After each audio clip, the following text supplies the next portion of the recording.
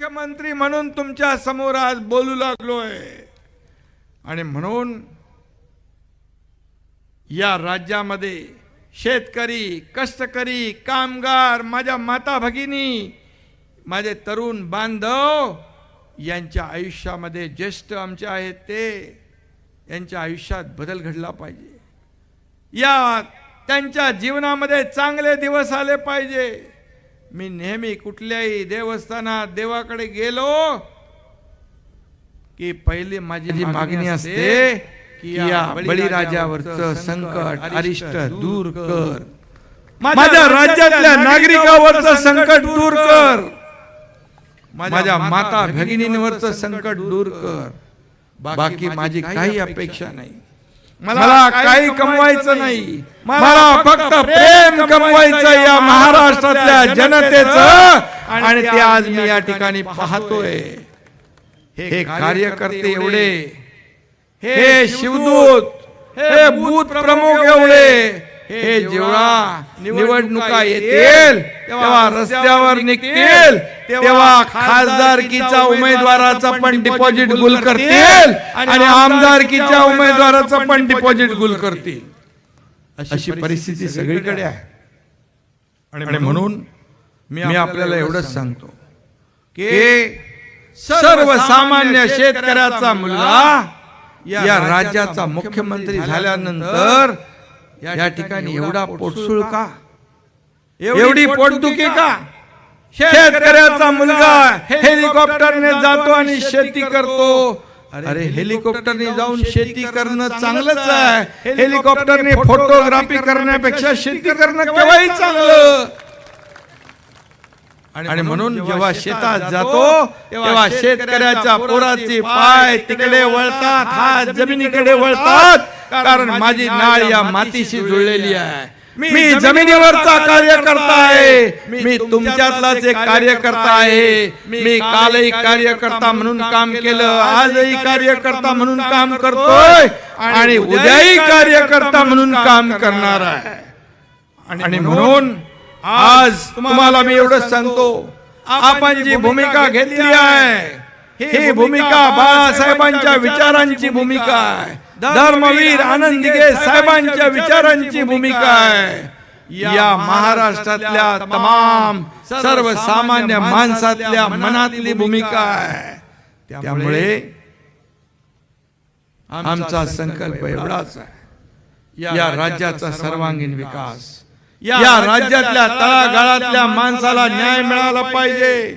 म्हणून शेतकऱ्यांच्या पाठीशी उभं राहण्याचा निर्णय आपल्या सरकारने घेतला।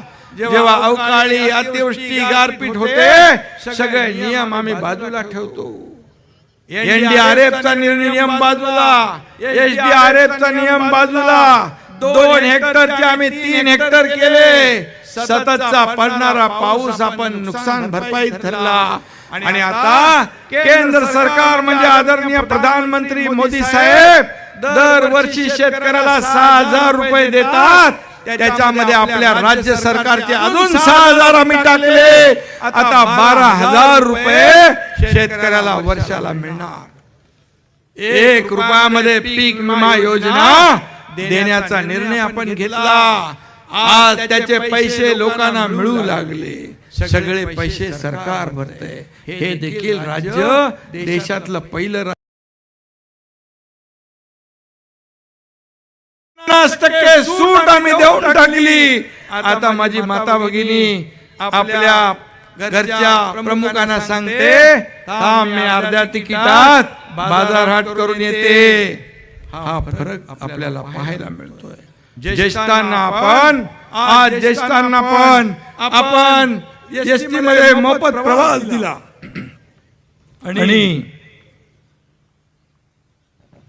महिला सक्षमीकरणाचं धोरण आपण घेतलंय।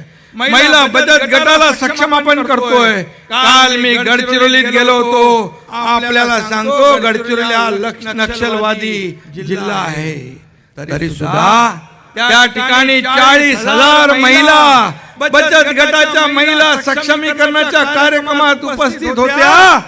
आजपर्यंतच्या इतिहासात आपल्या देशाला स्वातंत्र्य मिळाल्यानंतर एवढी प्रचंड गर्दी त्या ठिकाणी काल पाहायला मिळाली, याचं कारण त्या महिलांनी सरकारवर विश्वास दाखवला. आपल्या कुटुंबाचा चरितार्थ चालवत असताना या ठिकाणी त्यांना सक्षम करणं ही काळाची गरज आहे. संजय गांधीचे पैसे आपण वाढवले, श्रावण बाळचे पैसे वाढवले आणि आपण सांगितलं त्यांना चक्रा मारायला लावू नका, त्यांच्या थेट खात्यामध्ये डीबीटीने पैसे जमा झाले पाहिजे.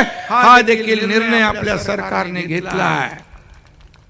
असे अनेक निर्णय आपल्या सरकारने घेतले आणि म्हणून मी आपल्याला एवढंच सांगतो, आज हे महाशिवसंकल्प अभियान आहे.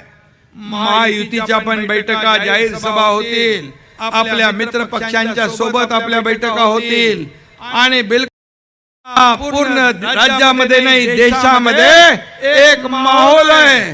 राम मंदिर अयोध्येमध्ये 22 तारखेला त्याचं लोकार्पण होत आहे.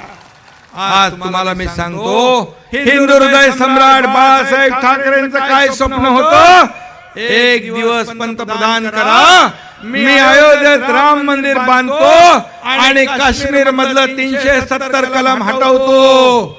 आज लाखो करोडो राम भक्तांचं, बाळासाहेबांचं स्वप्न कुणी साकार केलं, या देशाचे प्रधानमंत्री मोदी साहेबांनी साकार केलं. हे आपल्यासाठी फार मोठी आनंदाची बाब आहे. मला आताच कोणीतरी सांगितलं, काँग्रेसच्या सोनिया गांधी आणि खरगेंना राम मंदिराचं निमंत्रण दिलं, ते म्हणाले आम्ही राम मंदिराच्या उद्घाटनाला जाणार नाही. अशा लोकांच्या बरोबर उभाटा युती करते.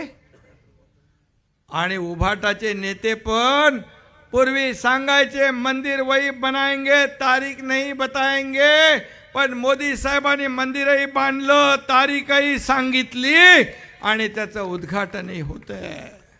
ही आपल्या सगळ्यांसाठी आनंदाची बाब आहे. आज मी आपल्याला एवढंच सांगतो, आपण 1.5 वर्ष जी केलेली कामं आहेत, शासन आपल्या दारी, आपल्याकडे झालं की नाही, शासन आपल्या दारी हा कार्यक्रम देखील आपल्याकडे होणार आहे. महिला सक्षमीकरण हा कार्यक्रम देखील होणार आहे, कालपासून सुरू झाला आहे. शासन आपल्या दारीमध्ये योजना, लाभ, निर्णय लोकांपर्यंत थेट गेले पाहिजे म्हणून आपण शासन आपल्या दारी केलं सुरू. कारण योजनांचा लाभ घ्यायला लोक चक्रा मारायचे, कंटाळून जायचे कटकटीला आणि मग तो लाभाचा नाद सोडून द्यायचे. जसं सरकारी काम आणि 6 महिने थांब, हे आम्ही पूर्ण बदलण्याचा निर्णय घेतला. आणि तुम्हाला मी सांगतो, शासन आपल्या दारीच्या माध्यमातून 2,20,00,000 लाभार्थ्यांना आतापर्यंत लाभ मिळाला 22 कार्यक्रमांमधून. आणि म्हणून हे काम आपण करतोय. हे काम आपल्याला लोकांपर्यंत पोचवायचं आहे. शिवदूत, बूथ प्रमुख, कार्यकर्त्यांच्या माध्यमातून केंद्राने 9 वर्षात मोदी साहेबांनी केलेली कामं, या राज्याला दिलेली मदत, या आपल्या देशाचं नाव जगात उंच करण्याचं काम ज्या मोदी साहेबांनी केलं, त्यांच्या पाठीशी या सर्व महाराष्ट्रातल्या जनतेने त्यांचे हात बळकट करण्याचा निर्णय घेतला. कारण आपल्याला माहित आहे, जे 4 राज्याच्या निवडणुका झाल्या, त्या निवडणुकांमध्ये मोदी गॅरंटी चालली, बाकी लोकांच्या गॅरंटी लोकांनी धुडकावून लावल्या. आणि म्हणून या वेळेस लोकांनी त्यांना गॅरंटी दिली आहे की अब की बार फिर मोदी सरकार. आणि म्हणून त्यांनी म्हटलंय अब की बार 400 पार. हेमंत तिकडे आहे. आणि आपल्या महाराष्ट्रामध्ये आपण करायचं आहे म्हणून आपण हा शिवसंकल्प अभियान सुरू केला आहे. या मायानंतर महायुतीचा मेळावा होईल. जिल्हा पातळीवर आपल्या महायुतीचे मेळावे होतील. आपण महायुती म्हणून या राज्यामध्ये 48 जागांचं 48 मिशन 48 आपण राबवतोय. जसं ते 400 पार म्हणाले, तसं आपण या राज्यात 45 पार, अब की बार 45 पार असा आपला संकल्प आहे. आणि म्हणून हा संकल्प आपल्याला पूर्ण करण्यासाठी आपल्याला हे केलंच पाहिजे. आणि त्याचबरोबर मराठा आरक्षणाच्या बाबतीत देखील आपलं हे सरकार शब्द दिलेला आहे, शब्द पाळणार हे सरकार आहे. आणि म्हणून कुठल्याही आरक्षणाला धक्का न लावता या ठिकाणी मराठा समाजाला देखील न्याय देण्याचं काम आपलं सरकार करेल. फक्त मी एवढंच सांगतो, काही राजकीय लोक आपली राजकीय पोळी भाजण्यासाठी समाजामध्ये तेढ निर्माण करण्याचं काम करतात. त्याच्यापासून आपण सावध राहणं आवश्यक आहे. या एकनाथ शिंदेने शब्द दिलाय, दिलेला शब्द कधी मी फिरवत नाही. दिलेला शब्द पाळणं हे माझं काम आहे. आणि म्हणूनच या 50 लोकांनी, आमदारांनी, 13 खासदार, शेकडो लाखो कार्यकर्त्यांनी, तुम्ही सगळ्यांनी माझ्यावर भरोसा ठेवलाय. तो याचमुळे की हा काम करणारा मुख्यमंत्री आहे, हा रस्त्यावर उतरून लोकांना भेटणारा मुख्यमंत्री आहे, हा सर्वसामान्यांच्या सुखदुःखामध्ये धावून जाणारा मुख्यमंत्री आहे. एक सर्वसामान्य कार्यकर्ता जेव्हा मुख्यमंत्री होतो तेव्हा त्या कार्यकर्त्याची त्याला जाण असते, त्याला जाणीव असते, त्याला भान असतं. आणि म्हणून मी आपल्याला एवढंच सांगतो की आपण गेल्या 1.5 वर्षामध्ये जे केलेलं काम, कारण आपण स्वतः बांधावर गेलो, शेतावर गेलो, लोकांच्या सुखदुःखामध्ये गेलो. फक्त आपण घरी बसून काय त्याला म्हणतो आपण फेसबुक लाईव्ह ऑनलाईन काम केलेलं नाही. आणि म्हणून लोकांच्या चेहऱ्यावरून या ठिकाणी सरकारने केलेलं काम जे आहे त्याला आशीर्वाद मिळतात, सगळीकडे आशीर्वाद मिळतात. आणि म्हणून संतोष बांगर, तुम्हाला मी मनापासून धन्यवाद देतो, तुमचंही अभिनंदन करतो आणि खासदारांनाही धन्यवाद देतो. एवढ्या मोठ्या संख्येने बूथप्रमुख आणि आपले शिवदूत या ठिकाणी उपस्थित झालेले आहेत. त्या सगळ्यांना मी मनापासून खूप खूप शुभेच्छा आपल्याला देतो आणि धन्यवाद. पुन्हा एकदा हे जे भारतामध्ये सर्वात जास्त हळद पिकवणारा जिल्हा हा म्हणून आपला या जिल्ह्याचं नाव आहे. आणि 100 कोटी रुपये आपण दिलेत हळद संशोधन केंद्राला या ठिकाणी. त्याचबरोबर पूर्णा नदीवरील 4 बंधारे त्याला देखील आपण पैसे दिलेत. कयाधू नदीवरील बॅरेजसाठी देखील आपल्याला काही नियम अटी शिथिल कराव्या लागतील, त्याही आपण करू. आणि म्हणून तालुक्याचा जो विषय आहे, नगरपंचायतीचा विषय आहे, तो देखील आपण मार्गी लावू. धन्यवाद. जय हिंद, जय महाराष्ट्र. धन्यवाद साहेब. यानंतर या ठिकाणी प्राध्यापक डॉक्टर नागराज मगरे, आंबेडकरी चळवळीतील युवा वक्ते यांचा पक्षप्रवेश या ठिकाणी होणार आहे. प्राध्यापक डॉक्टर नागराज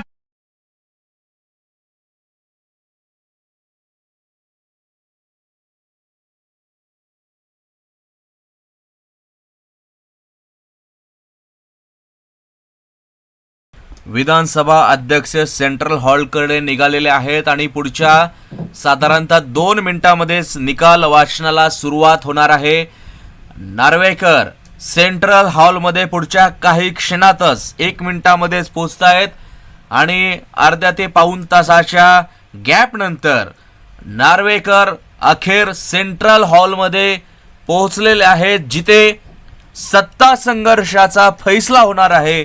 आणि तिथूनच या ठिकाणी महाराष्ट्र विधानसभेचे अध्यक्ष राहुल नार्वेकर सेंट्रल हॉलमध्ये पोहोचलेले आहेत आणि काही क्षणातच निकाल वाचनाला सुरुवात होणार आहे. आपण सर्वच जण त्यांच्या प्रतीक्षेत आहोत या ठिकाणी आणि निकाल वाचनाला राहुल नार्वेकर सुरुवात करतायत. पुढच्या 1 मिनिटामध्येच राहुल नार्वेकर या ठिकाणी पोहोचतायत सेंट्रल हॉलमधून. निकालाचं वाचन केलं जाणार आहे. आमदार अपात्र होणार आहेत. या ठिकाणी आपण लाईव्ह दृश्य पाहताय. सर्वच जण म्हणतायत निकाल दाखवा, निकाल दाखवा.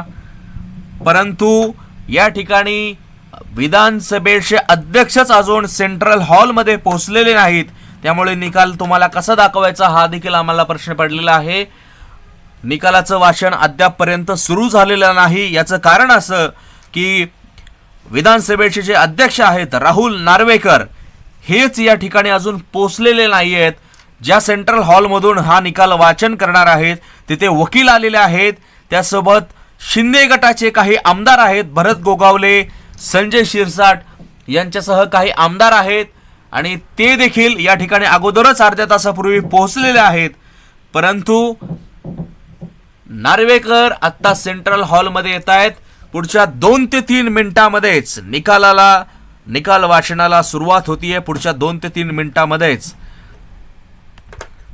निकाल वाचनाला सुरुवात होणार असल्याची माहिती अगोदरच्या मुख्यमंत्र्यांनी वर्षात फक्त 18 कोटी मुख्यमंत्री सहायता निधी लोकांना वाटला.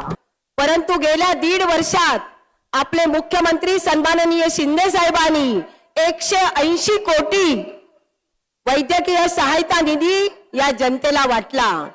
ही तफावत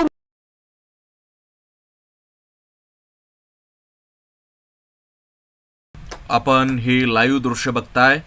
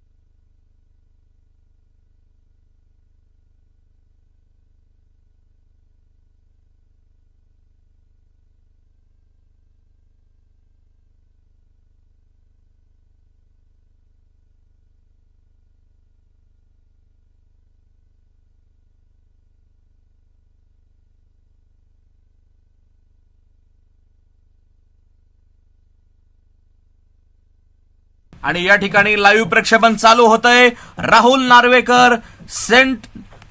नार्वेकर सेंट्रल हॉलमध्ये पोहोचलेले आहेत आणि निकालाला थेट सुरुवात होतीये. थेट आपण या ठिकाणी जाऊयात.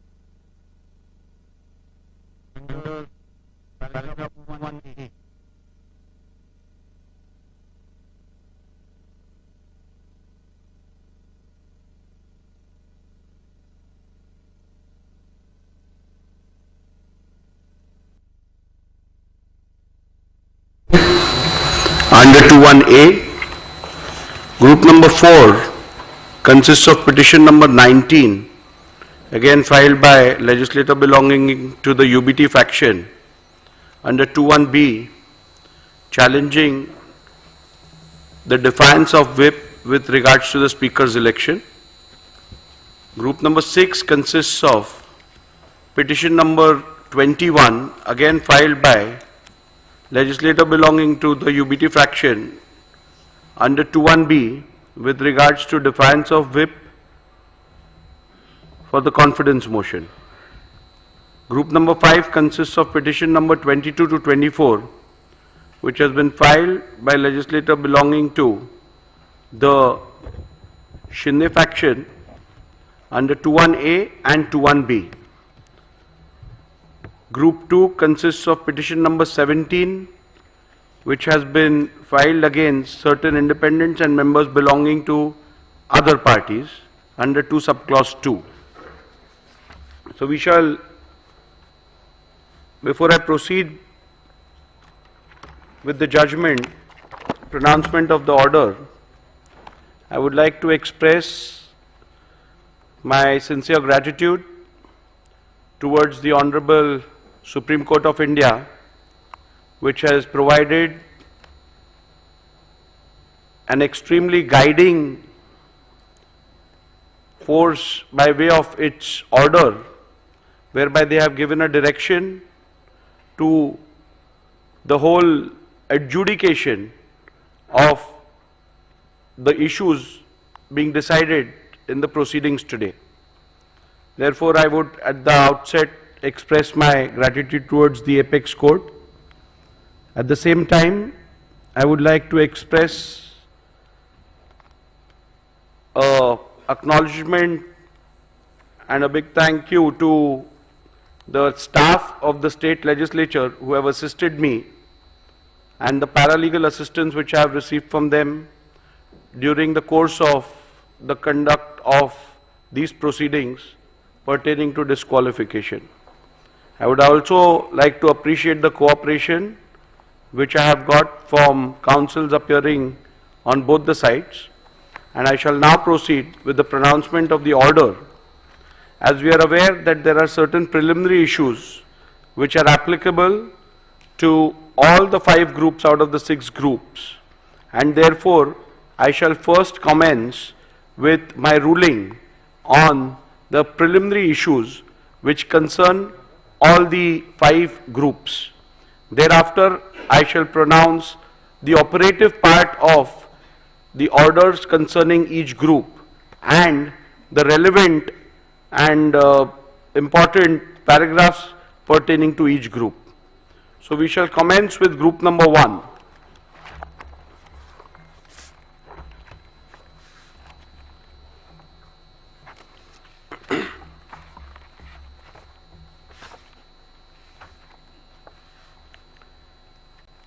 Preliminary issues. The Honorable Supreme Court in Subhash Desai Supra versus the Governor of Maharashtra, hereinafter referred to as Subhash Desai, was pleased to direct that the Speaker should prima facie determine who the real political party is for the purpose of adjudicating disqualification petitions if 2 or more factions claim to be that political party, and accordingly shall recognize the whip and the leader who were duly authorized by the Shivsena political party, keeping with the principles discussed in the said judgment. Hence, keeping in view the factual matrix and the directions of the Honorable Supreme Court, I will prima facie determine who the political party is for the purpose of adjudicating disqualification petitions if 2 or more factions claim to be that political party, and accordingly recognize the whip and the leader who are duly authorized by Shivsena political party. Keeping in mind principles discussed in Subhash Desai Supra, it is necessary to consider and determine the said preliminary issue before examining the merits and deciding whether respondents have incurred disqualification under the 10th schedule of the Constitution of India. Thus, the preliminary issue that arises for my consideration before delving into the merits of disqualification petitions under the 10th schedule is: which among the 2 fractions was the real Shiv Sena political party, and consequently who was the duly authorized leader and or the whip of Shiv Sena political party for the purpose of deciding the present disqualification petition.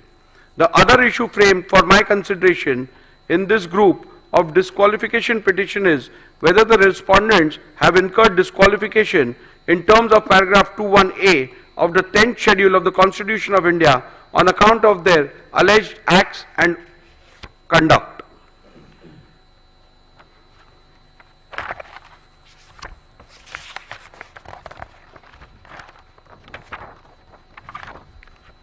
paragraph 84 deals with the principles which have been laid down by the Honorable Supreme Court. I am not going to read out those are a part of my order. I'll come to paragraph number 85 now. Thus what emerges from the principles laid down by the Honorable Apex Court in that the question of who the real political party is has to be considered and determined after giving due weightage to 1. The constitution of Shivsena, 2. The leadership structure of the party, and 3. The legislative majority if two or more factions claim to be real political party. The question of who the real political party is hereinafter referred to as the preliminary issue. Since in these proceedings both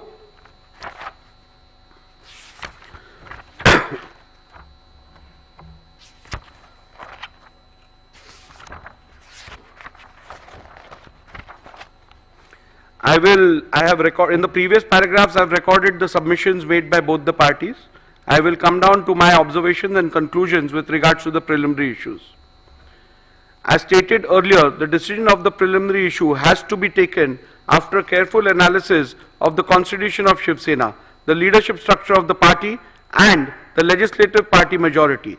After having heard both sides on the above aspect, I now propose to proceed to record my observations and finding on the preliminary issue.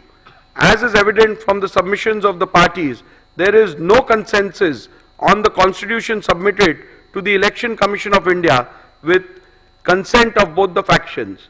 Likewise, the parties have different point of view on the leadership structure which has to be taken into consideration. The only aspect which is undisputed is the majority in the legislature party. Hence, to embark upon the finding on the preliminary issue, I will have to decide the relevant constitution which has to be taken into account. 2. The leadership structure which existed before the dispute arose. Further, it will also have to be determined as to when the rival factions emerged. Petitioner's assertion that the constitution of the year 2018 is the relevant constitution which has to be taken into account for the purpose of determining the preliminary issue is based on the submission that 1. The 2018 constitution has to be considered as both the parties have relied upon the 2018 amended constitution and acted thereupon.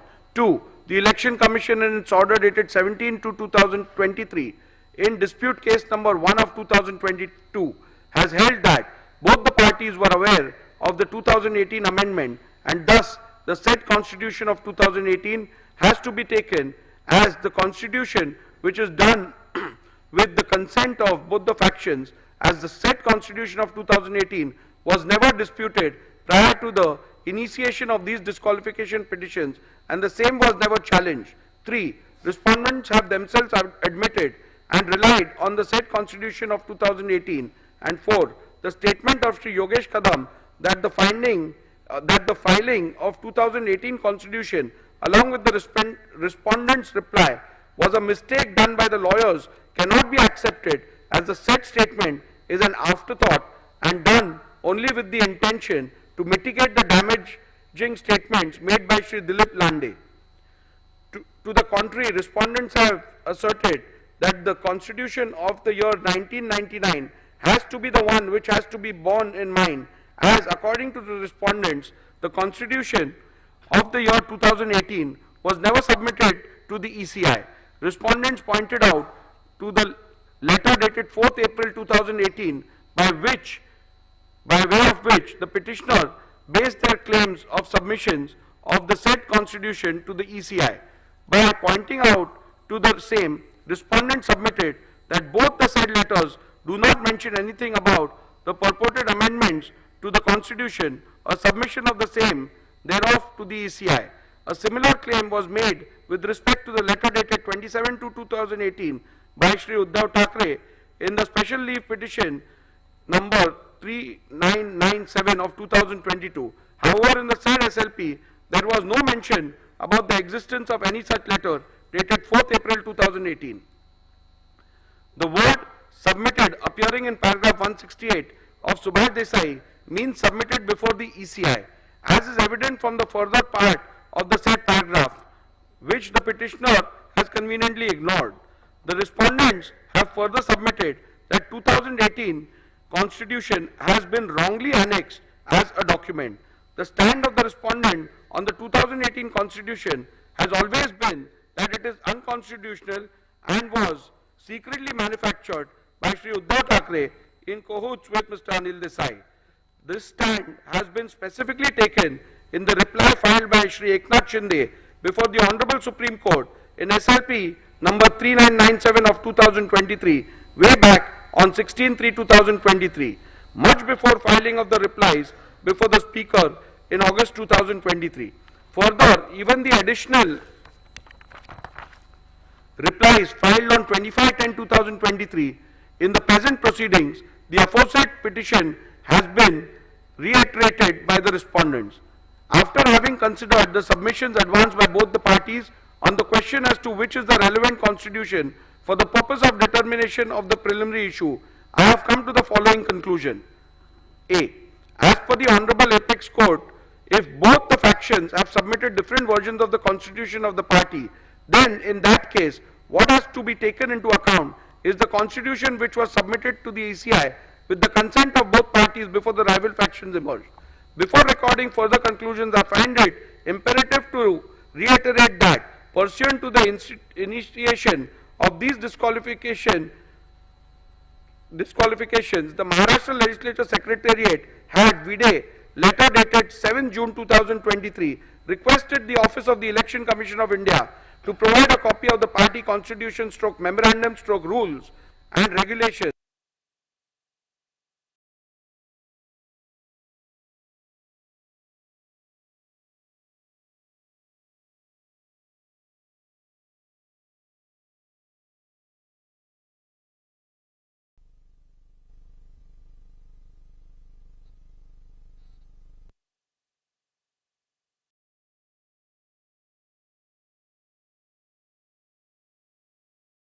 The Election Commission of India, with a letter dated 22nd June 2023, provided a copy of the Constitution and rules of Shivsena as available on the record of Election Commission of India. Further, with respect to amendments, if any, to the said Constitution of the party, the Election Commission requested the Legislature Secretariat to refer to the order dated 17 February 2023, passed by the ECI in dispute case number 1 of 2022.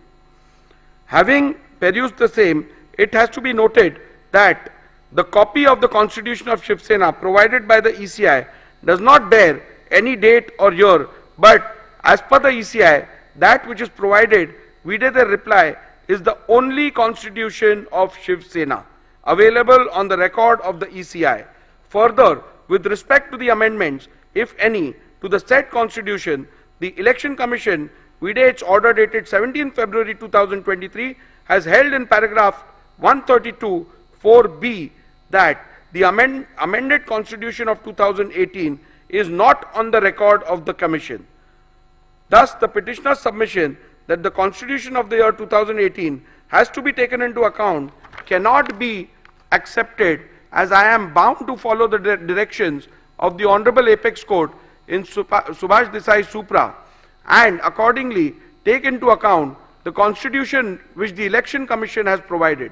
In my jurisdiction under the 10th schedule of the Constitution of India, I cannot delve into any other factor while deciding which is the relevant Constitution.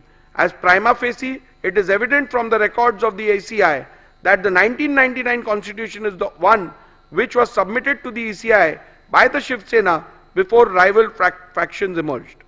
Further, it is also necessary to mention that the petitioner's submission that the Constitution of the year 2018 was submitted to the ECI by referring to the letter dated 4th April 2018 cannot be accepted.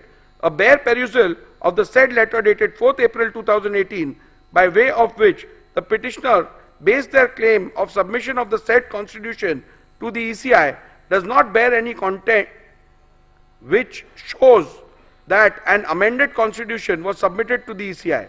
The said letter only refers to the election held and the results thereof, and nothing more. Further,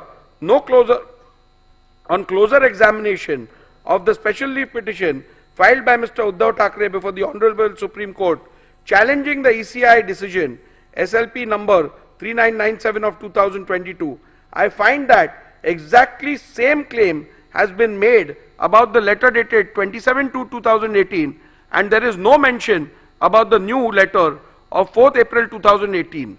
Accordingly, said letter of 2/7/2018 is on the website of the Election Commission of India. However, there is no document relating to the constitution annexed to it. Hence, on this ground also, petitioner's submission that the constitution of the year 2018 has to be taken into account cannot be accepted.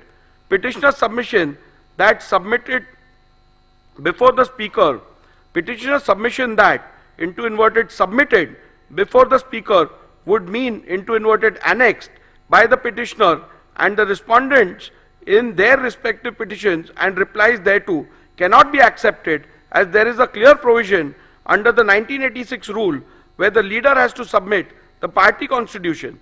Rule 3 subclause 1 subclause B of 1986 rule mandates that the leader into inverted shall furnish into inverted a copy of the rules and regulations, whether known as such or as constitution or any other name, of the political party concerned.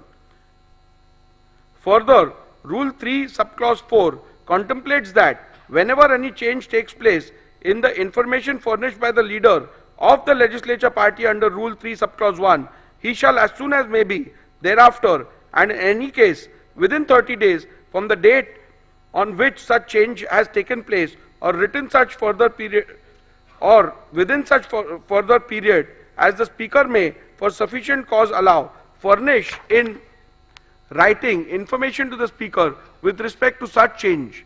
Thus, the submission of constitution before the speaker has to mean submission under Rule 3 of 1986 rules. However, till date, Shivsena has not submitted any constitution on the record of the speakers of the speaker under the said Rule 3.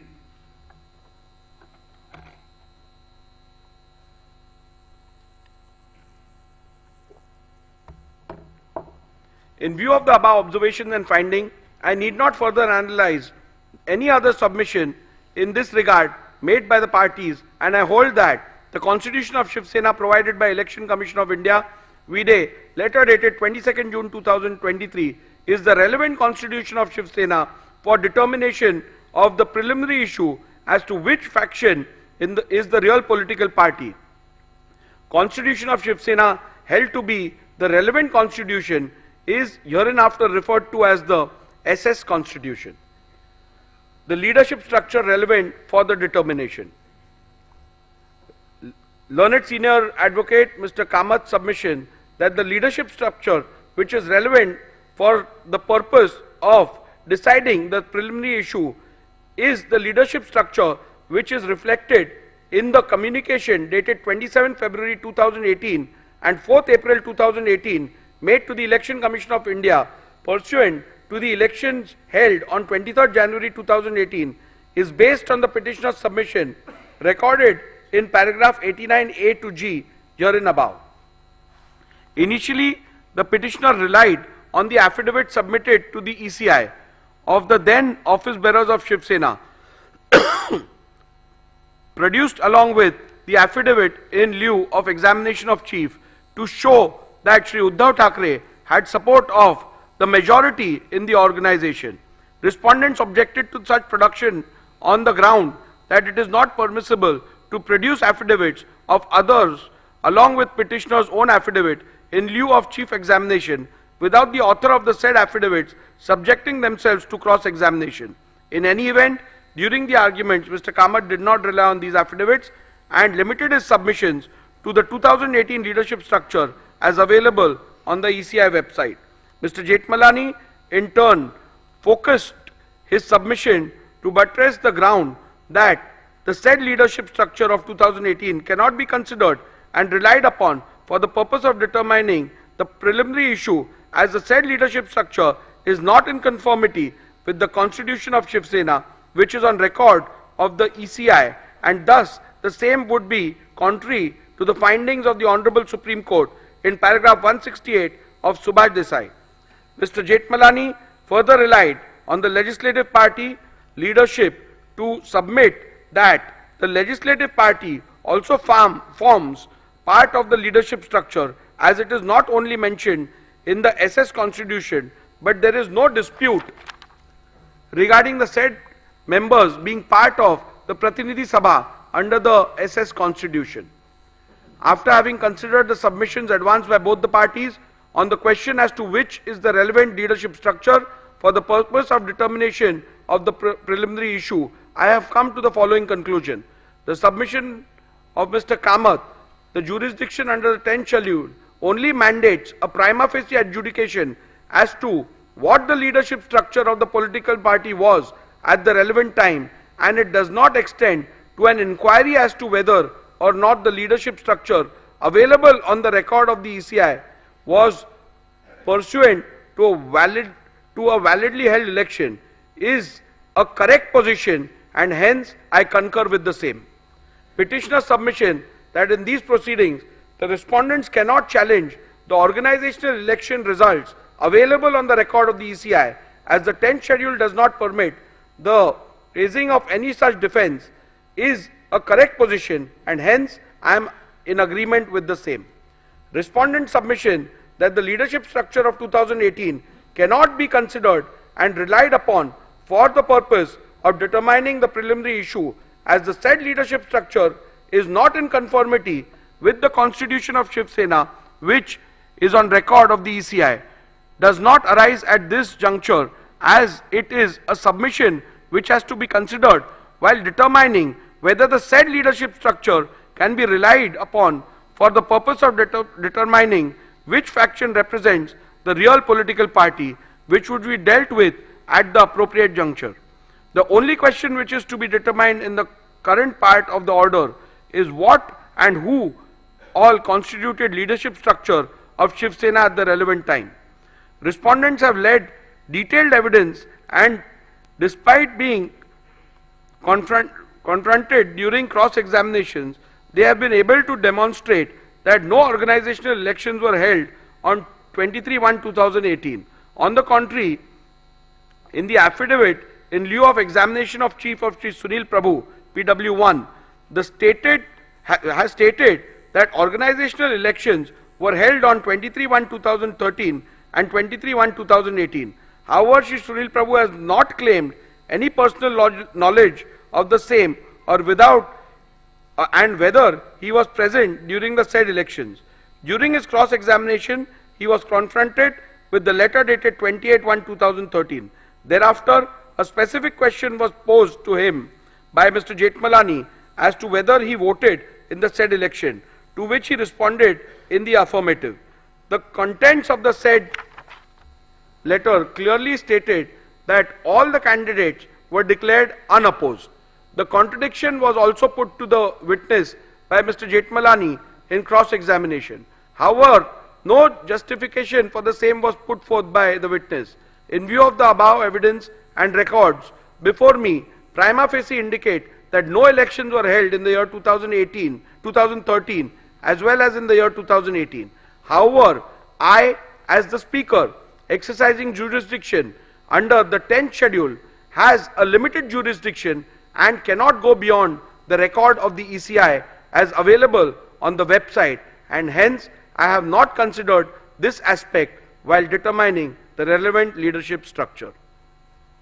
Thus, in view of the above conclusions, I find that the leadership structure of Shivsena reflected in the letter dated 27th February 2018 available on the website of the ECI is the relevant leadership structure which has to be taken into account for the purpose of determining which faction is the real political party. The question whether which faction is the real political party is discernible from this 2018 leadership structure is discussed in paragraph 112 to 131 infra of the present order. The leadership structure so determined as the relevant leadership structure for the purpose of these disqualification petitions are hereinafter referred to as the 2018 leadership structure. Since in these proceedings, both the factions are claiming to be the real political party, rival factions have emerged in the Shivsena. In view of the fact that rival factions have emerged and both the factions are claiming to be the real political party, it is imperative to prima facie determine when did the rival factions emerge. Thus, it is necessary to determine the relevant day on which rival factions emerged before further venturing into which of the faction was the real political party when rival factions emerged. At the outset, I must set straight the point that the determination of the Speaker exercising jurisdiction under the 10th schedule while deciding who the real political party is mandates only a preliminary inquiry which has to be done prima facie by taking into account material officially before the Speaker as the Master of the Legislative Assembly. I shall consider the facts relevant for the determination on what is before me as the Speaker of the Legislative Assembly. As noted by the Honorable Supreme Court in Subhash Desai Supra, on 21st June 2022, there was no material available before the Deputy Speaker to infer the emergence of any rival faction. However, after taking on record the resolution dated 21st June 2022 passed by the SSLP, disputed by the respondents, the very next day, the then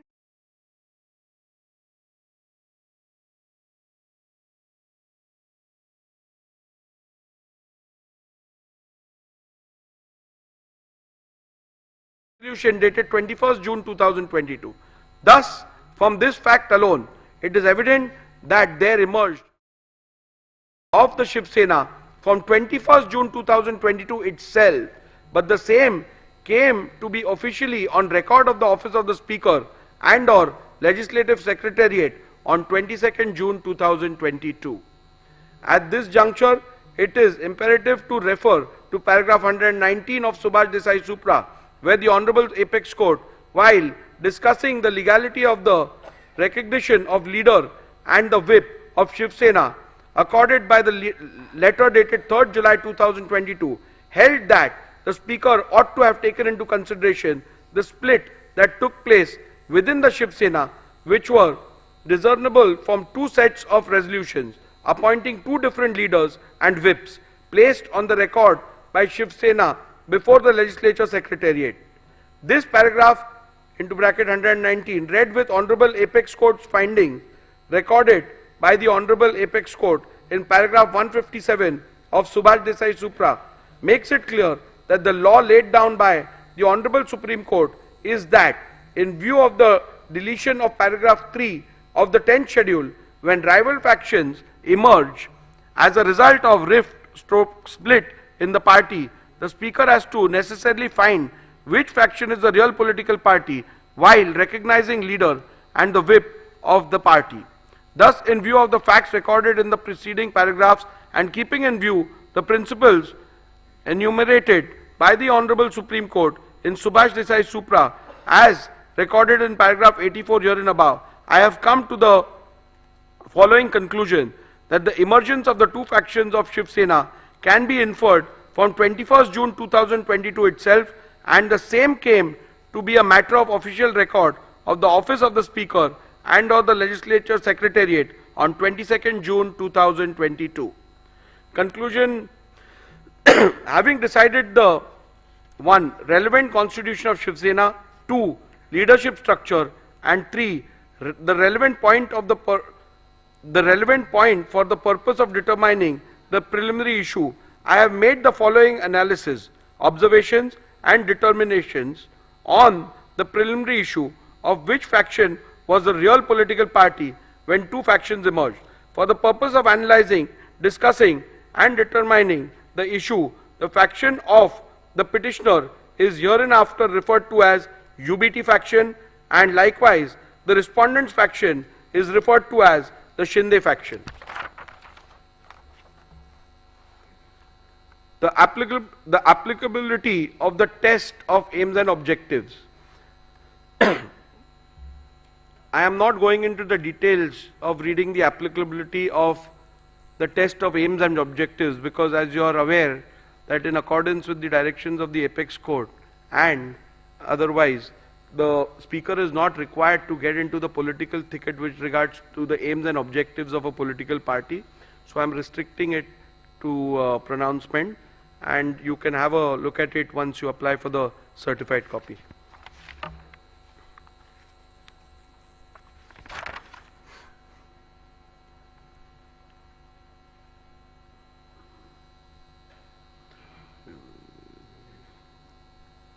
The reason why Shivsena constitution assumes significance is to analyze whether the question of which faction is the real political party is discernible from the leadership structure identifiable from the said Shivsena constitution.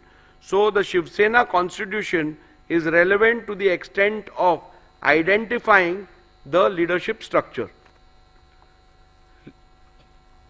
Leadership structure as a criteria to determine who was the real political party. As I have already held which is the relevant constitution and the leadership structure of the Shivsena to be taken into account for deciding the preliminary issue, I now have to see whether the relevant leadership structure read with the SS constitution provides answers to the question which faction is the real political party and consequently determine the same.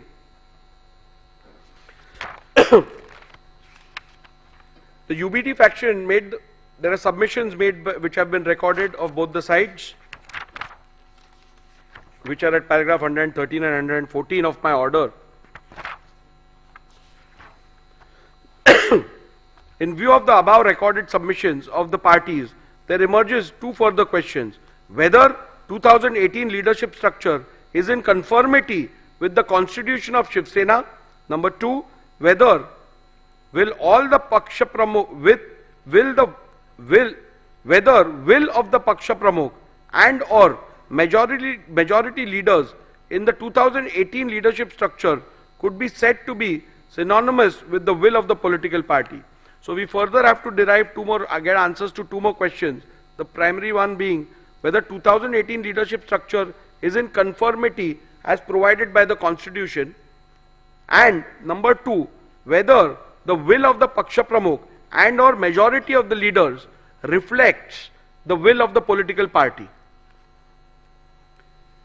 As there are contrasting submissions on the question, it is necessary to peruse the SS constitution and the 2018 leadership structure and then record a finding as to whether the 2018 leadership structure is in conformity with the constitution of the Shivsena. Thus, I have taken a comparative look at the 2018 leadership structure and the SS constitution and have arrived at the following observations and conclusions. A. 2018 leadership structure mentions Shivsena Paksha Pramukh into bracket president as the highest office of the SSPP. However, in the SS constitution, the highest office of the Shivsena political party is Shivsena Pramukh, but the said constitution distinguishes highest office and the highest authority and provides that Rashtriya Karyakarni is the highest authority whose decision shall be final. Shivsena SS constitution provides that the members of the Rashtriya Karyakarni shall be called as Shivsena leaders and provides for a total number of 19 members, out of which 14 are to be elected by the Pratinidhi Sabha and the rest of the 5 members are to be appointed by Shivsena Pramukh. However, the 2018 leader structure envisages only 13 members in the Rashtriya Karyakarni, out of which 19 are to be elected and the remaining 4 are to be appointed. SS Constitution provides for a total number of 21 deputy leaders, out of which 17 are to be elected by the Pratinidhi Sabha and the rest of the 4 members are to be appointed by Shivsena Pramukh. However, the 2018 leaders structure envisages 33 deputy leaders, out of which 21 are to be elected and the remaining 12 are to be appointed. The 2018 leadership structure provides for 3 categories of office bearers, vis-a-vis secretary, samanvayak and Sanghatak. However, the constitution of Shivsena provides for 3 categories of office bearers, vis-a-vis President, Sarchitnis, General Secretary, Koshadhyaksha, Treasurer. From the observation recorded in the preceding paragraphs, it is evident that the 2018 leadership structure is not at all in conformity with the constitution of Shivsena. In view of this finding alone, it could very well be concluded that the 2018 leadership structure, which is not in conformity with the constitution of Shivsena, cannot be taken as the yardstick to determine which faction was the real political party at the relevant point of time. In view of the same, I have come to the conclusion that the 2018 leadership structure read with the SS Constitution does not provide a reliable outcome and or answer the question which faction is the real political party, and hence cannot be relied upon to determine the said preliminary issue. Nevertheless, I am inclined to look at the second question regarding paragraph 115 herein above, where will of the Paksha Pramukh and or majority leaders in the 2018 leadership structure could be said to be synonymous with the will of the political party, so as to not leave any stone unturned in arriving at a decision. The determination of this question arises out of the alternate submissions made by the UBT faction that the 2018 leadership structure has to be taken ex facie, and the determination of which faction was the real political party has to be solely based on the said leadership structure without a comparison of the said structure with the leadership structure provided for in the constitution of the Shivsena.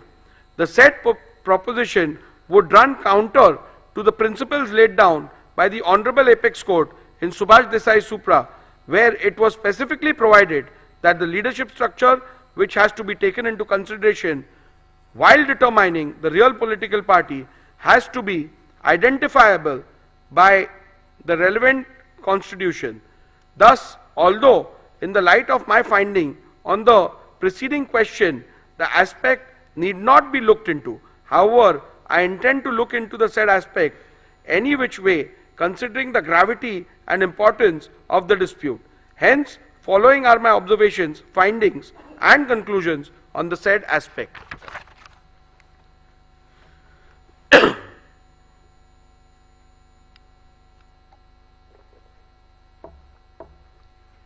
UBT faction has submitted that the decision of the Paksha Pramukh is synonymous with the will of the political party, and thus if there is a rift in the leadership structure, the decision of the Paksha Pramukh constitutes the will of the political party.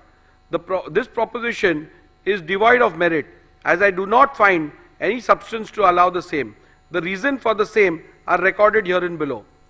The proposition perhaps would have been a valid point if the party president was the sole repository of the decision making with respect of the policy and administration of the party. For analyzing the said submissions, a perusal of the SS Constitution was made. The SS Constitution provided that Rashtriya Karyakarni shall be the highest authority of the party, and its decision in all matters concerning the party policy and party administration shall be final. It is also to be noted that the Paksha Pramukh is only a presiding member of the said highest authority in the party, and in no way is the sole repository of decision making in the party. Thus, in view of the same, the submission that the decision and or the will of the Paksha Pramukh is synonymous with the will of the political party cannot be accepted. It would be appropriate to note that the SS Constitution does not even have a post called Paksha Pramukh. However, it was argued by the UBT faction that the nomenclature difference in the 2018 leadership structure and the SS Constitution is not a relevant factor for the purpose of deciding the preliminary issue, even though I have held in paragraph 117 that 2000 leadership structure is not at all in conformity with SS Constitution, I shall consider this submission. The Constitution of Shiv Sena provides for Shivsena Pramukh. The submission of the petitioner that Shivsena Pramukh mentioned in the SS Constitution is the same post of Shivsena Paksha Pramukh termed in the 2018 leadership structure. By relying on the powers of Shivsena Pramukh, it was argued by the UBT faction that he is the authority under the party constitution vested with the powers to remove any member of the party. Thus, it was further argued that an authority who is vested with such power of removal reflects the will of political party with respect to removal of members from and for anti-party activities. However, a complete reading of the said provision in the party constitution reveals that the said submission is factually wrong. The said provision in relation to the powers of Shivsena Pramukh clearly provides that such a power is not absolute and it has to be exercised in consultation with the Rashtriya Karyakarni. Further, it has to be noted that such a power is only available to the Shivsena Pramukh for the purpose of removal of members mentioned in Article 8, Schedule B of the said Constitution. The said schedule does not deal with leaders of the party. Leaders of the party is given under Schedule A of the said article. Thus, Shivsena Pramukh does not have any power to remove any leader of the party. Thus, the submission of the petitioner that Shri Uddhav Thackeray, Vide, letter dated 30/6/2022, had removed Shri Eknath Shinde from the post of Shivsena leader cannot be accepted, as such power are not vested with the party president. Hence, on this ground also, the submission that the decision and or the will of the Paksha Pramukh is synonymous with the will of the political party cannot be accepted.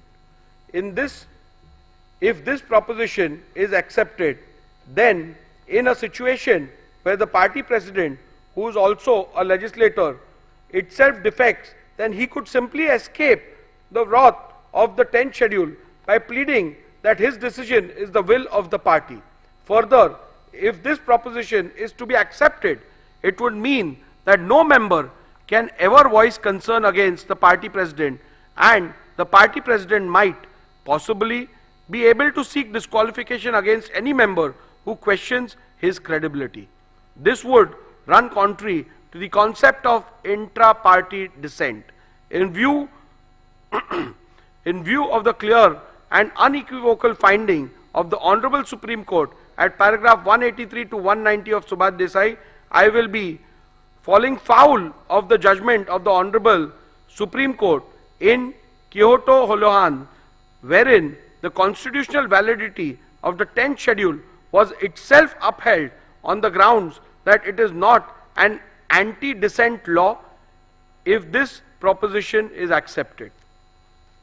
I shall now proceed to consider whether the will of the majority leaders in the 2018 leadership structure is synonymous with the will of the political party. An alternate submission was made that even if the Paksha Pramukh is not accepted as the repository of the will of the political party, the decision of the leadership structure has to be construed as synonymous with the will of the political party. This proposition is also devoid of merit, and I do not find any substance in it for following reasons. In a circumstance where there is no dispute amongst the leaders identifiable by the constitution of a political party, the proposition would have held water. However, the factual matrix of the present matter is different. This is a matter where there is a dispute within the leadership structure itself. It is to be noted that in the present matter, rival factions have emerged in the legislature party, political party, and thus inevitably amongst leaders of the party as well. Thus, it would not be wise to apply this proposition in the present matter.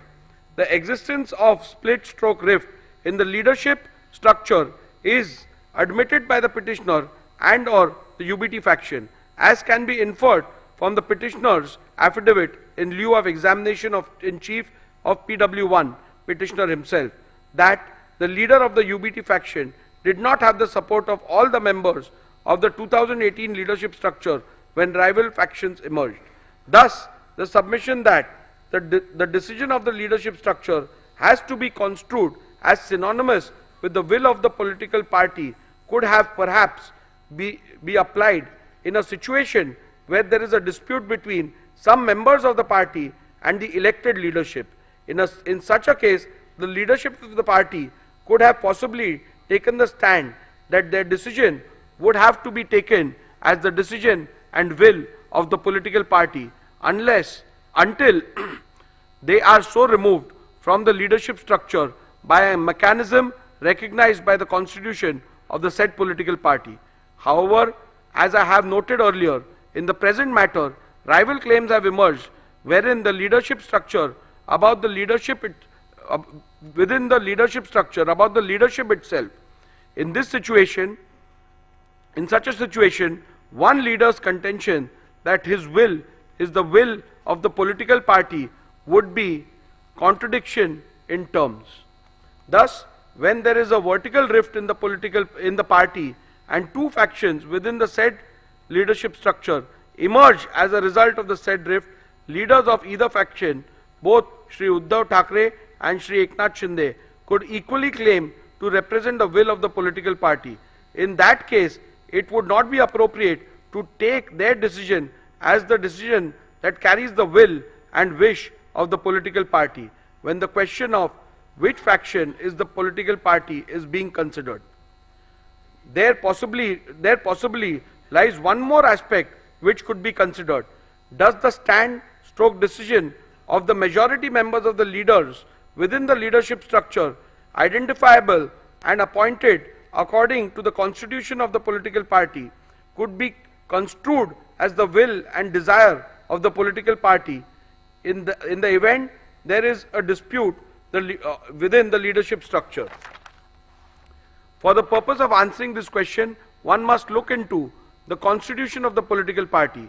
In an event where the party constitution provides for a mechanism to resolve a conflict of decision within the leadership structure, then in that case it would have been a guiding factor. However, if the party constitution does not provide for such a mechanism, then in that case it would not be appropriate to say that the decision of the majority leaders would have to be accepted as the one which conveys the will of the political party. This aspect need not be further considered in view of the fact that in any case UBT faction has not placed any material on record or even suggests that any meeting of the Rashtriya Karyakarni was called for where any decision in relation to the real political party was resolved so as to identify the leaders and or the whip who carried the will of the political party. Thus, in the absence of any such material, including any majority decision of the Rashtriya Karyakarni in relation to the real political party, identifying the leader and or the whip who carried the will of the political party would be an impossible task. Any conclusion reached would be without basis in law and evidence of fact. The submission that the UBT faction shall be taken as a real political party is entirely based on the conjuncture that if there will be a decision taken in relation to the political party by Rashtriya Karyakarni, then UBT faction would have had the majority. At this juncture, the petitioner's claim about a meeting purportedly held on 25th June 2022 has to be dealt with. It is the petitioner's case that Rashtriya Karyakarni meeting was held on 25th June 2022 and certain resolutions were passed. In support of this case, petitioner has produced certain resolutions of 25th June 2022. Those documents are disputed by respondents. Mr. Jetmalani, learned counsel for respondent, objected to the said documents being considered on the ground that they were forged and fabricated, and demonstrated this before me by showing two separate documents, one annexed by the petitioner Shri Sunil Prabhu to his affidavit in lieu of examination of chief, and the other set of the same documents which are annexed to the Supreme Court Convenience Compilation Volume 2. In the first set of documents annexed to the affidavit in lieu of examination in chief, termed as minutes of the meeting of Rashtriya Karyakarni, and purportedly 7 resolutions passed in the said meeting. In none of the resolutions there is any signature of any person whose name are shown on the said document.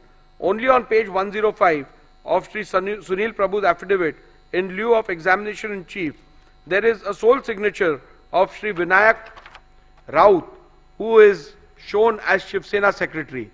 The perusal of the said document shows that the meeting was termed as Rashtriya Karyakarni. In the second set of documents, which are annexed to the Supreme Court Convenience Compilation Volume 2, the resolutions are shown on different pages, and they are not part of any minutes which was annexed to the affidavit in lieu of examination in chief of Shri Sunil Prabhu. These resolutions are shown on the letterhead of Shivsena, Rashtriya Karyakarni Baitak into bracket Pratinidhi Sabha. Petitioner relied on these documents to show that 7 resolutions have been passed, but in none of these documents there is even a single signature, save and except for signature of 2 persons. The name mentioned as proposer and seconder are not even members of Rashtriya Karyakarni, like Shri Rahul Shivale, who is not a member of Rashtriya Karyakarni, who has stepped into the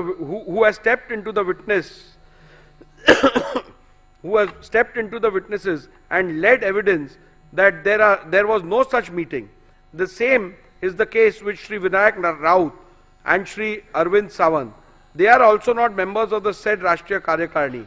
The petitioner had claimed that the said meeting was held on 25/6/2022 at Sena Bhavan, whereas Shri Uddhav Thackeray claimed that the said meeting was held through video conference.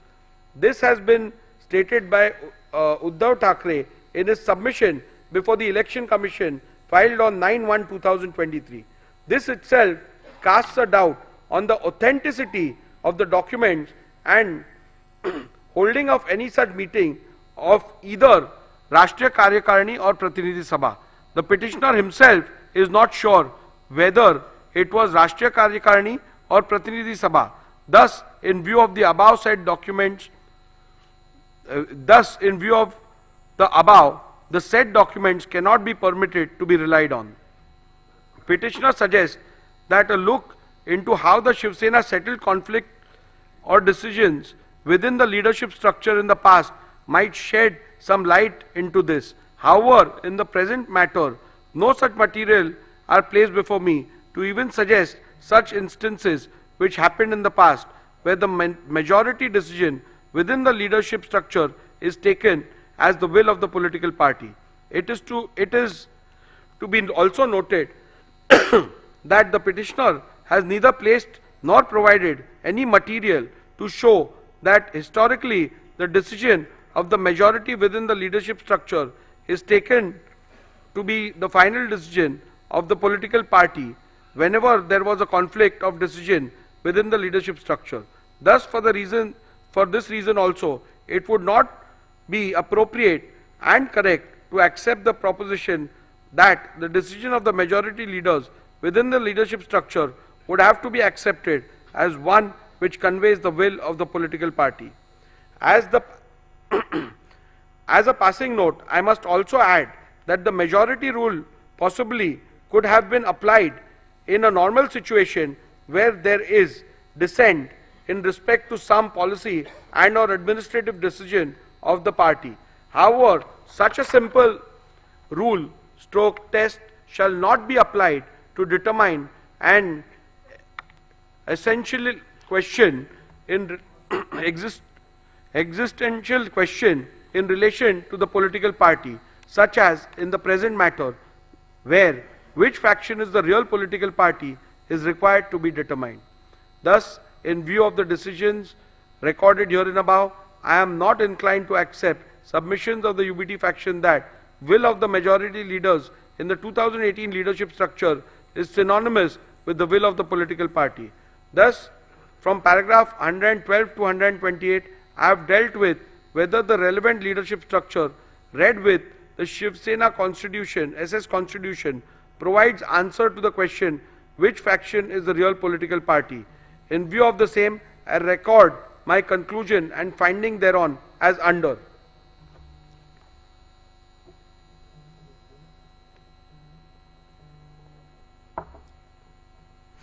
"2018 leadership structure is not at all in conformity with the constitution of Shiv Sena and thus does not provide a reliable outcome and or answer to the question which faction is the real political party and hence cannot be relied upon to determine the preliminary issue.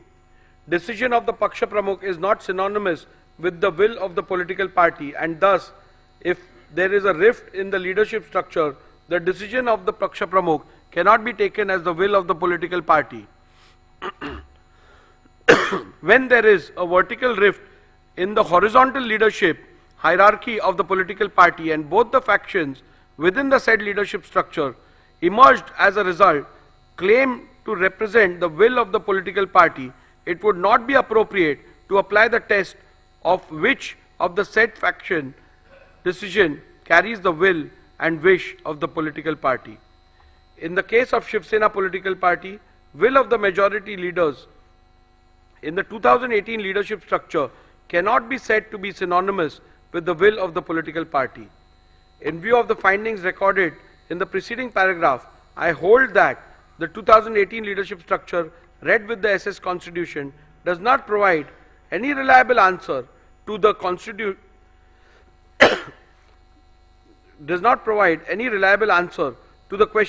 which faction is the real political party and consequently the 2018 leadership structure cannot be yardstick to determine which faction is the real political party. With regards to the legislative majority, I am not going to spend much time because that question is rather clear.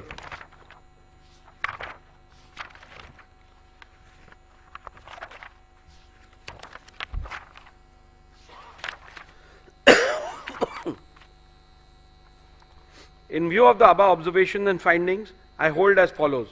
Which faction is the real political party is discernible from legislative majority which existed when the rival factions emerged. Legislative majority which existed when the rival factions emerged can be discerned and or inferred from 1.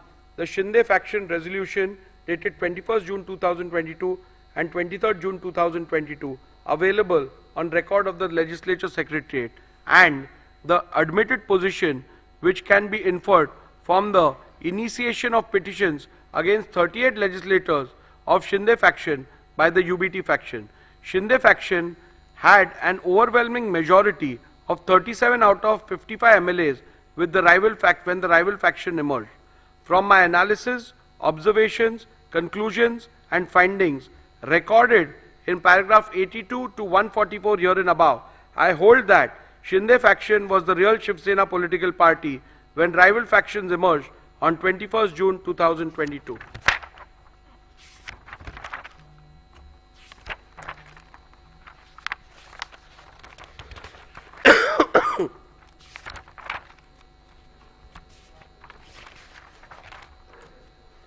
In view of my findings that the Shinde faction was the real political party when the rival faction emerged and that Shri Sunil Prabhu ceased to be the duly authorized whip from 21st June 2022, I further conclude that Shri Bharat Gogawale was validly appointed as the whip as that was the reflection of the will of the Shiv Sena political party as on 21st June 2023. Following are the final conclusions, which is again a summary.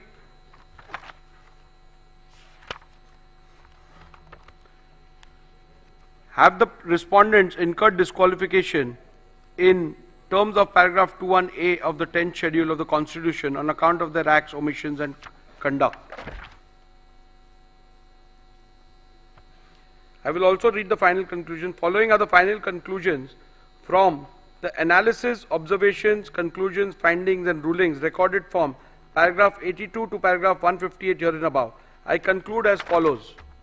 Shinde faction was the real Shivsena political party when the rival factions emerged on 21st June 2022.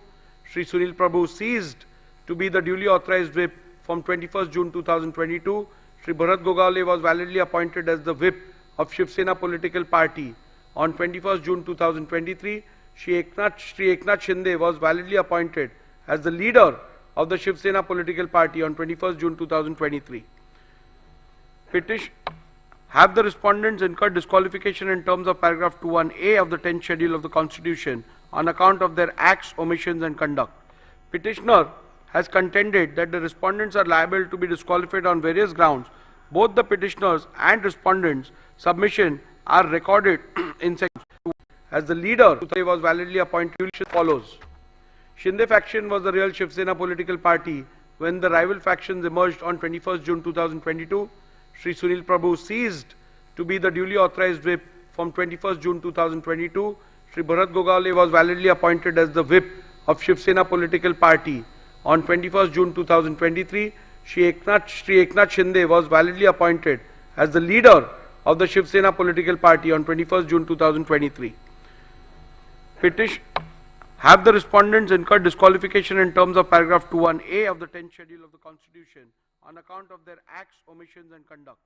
Petitioner has contended that आपण बघतोय या ठिकाणी शिंदेच्या सेनेकडनं प्रचंड जल्लोष करण्यास सुरुवात झालेली आहे.